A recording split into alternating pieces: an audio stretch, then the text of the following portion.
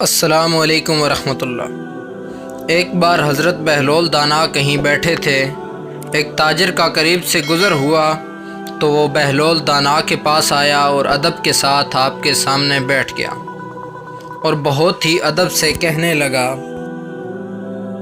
حضور، تجارت کے لیے ایسی کون سی چیز خریدوں جس میں بہت نفع ہو؟ تو بہلول دانا نے فرمایا، کالا کپڑا خرید لو۔ تاجر نے شکریہ ادا کیا اور چلا گیا۔ تاجر نے واپس آ کر اپنے علاقے کا سارا کالا کپڑا خرید لیا۔ کچھ دنوں بعد شہر کا بہت بڑا آدمی انتقال کر گیا۔ رسم کے مطابق سارا شہر سیاہ کپڑے کی تلاش میں نکل کھڑا ہوا۔ سارا کپڑا تاجر کے پاس ذخیرہ تھا تو اس نے منہ مانگے داموں فروخت کیا اور خوب نفع کمایا۔ ابھی اس واقعے کو کچھ عرصہ ہی ہوا تھا کہ وہی تاجر گھوڑے پر سوار حضرت بہلول دانا کے پاس سے گزرا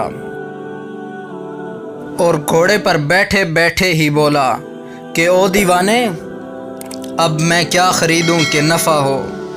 حضرت بہلول دانا نے فرمایا، تربوز خرید لو۔ تو تاجر نے اپنی ساری دولت کے تربوز خرید لیے، لیکن ایک ہفتے کے اندر ہی سارے تربوز خراب ہو گئے۔ وہ تاجر کوڑی کوڑی کا محتاج ہو گیا۔ اچانک ایک دن اس کی ملاقات حضرت بہلول دانا سے ہو گئی تو کہنے لگا، حضرت، یہ آپ نے کیا کیا؟ تو بہلول دانا نے فرمایا، یہ میں نے نہیں، تیرے لہجے اور تیرے اخلاق نے کیا ہے۔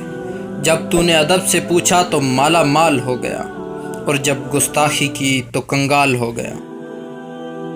ایک مشہور قول ہے، با ادب با نصیب، بے ادب بے نصیب۔ ایک حدیث شریف کا مفہوم ہے کہ جو شخص چھوٹوں پر شفقت اور بڑوں کا ادب نہیں کرتا وہ ہم میں سے نہیں۔ اس لیے ہمیں چاہیے کہ ہم ہمیشہ ادب کا دامن ہاتھ سے نہ جانے دیں، کیونکہ نصیب انہی کا اچھا ہوتا ہے جو ادب کرنا جانتے ہیں، اور ہمیشہ ادب کرنے والے ہی کامیاب ہوتے ہیں۔